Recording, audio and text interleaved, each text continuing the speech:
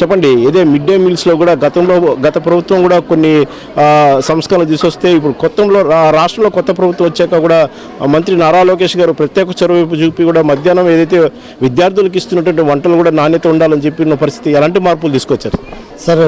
ఇప్పుడు రాష్ట్ర ప్రభుత్వము శ్రీమతి డొక్కా సీతమ్మ మధ్యాహ్న భోజన పథకం అని చెప్పి పేరు మార్చి ఇంత ముందర రాష్ట్ర ప్రభుత్వంలో రేషన్ బియ్యం ఇవ్వడం జరిగింది. ఆ రేషన్ బియ్యంలో ఎక్కువ పాత బియ్యం కొత్త బియ్యం ఉండడంతో ముద్దతో వచ్చి బియ్యం ఉండేది. చాలామంది తినేవాళ్ళు కాదు. చాలామంది స్టూడెంట్స్ క్యారేజ్ తెచ్చుకొని మధ్యాహ్న భోజనాన్ని విడిచిపెట్టి అది తినేవాళ్ళు.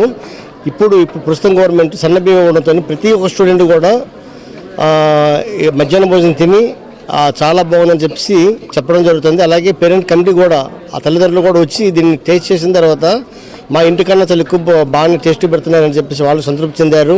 ఈ యొక్క పథకం ద్వారా విద్యార్థులందరూ కూడా మధ్యాహ్న భోజన పథకాన్ని ఎవరు కూడా మిస్ అవ్వకుండా తినడంలో రాష్ట్ర ప్రభుత్వము విజయం సాధించిందని నేను తెలియజేస్తున్నాను సార్. నేను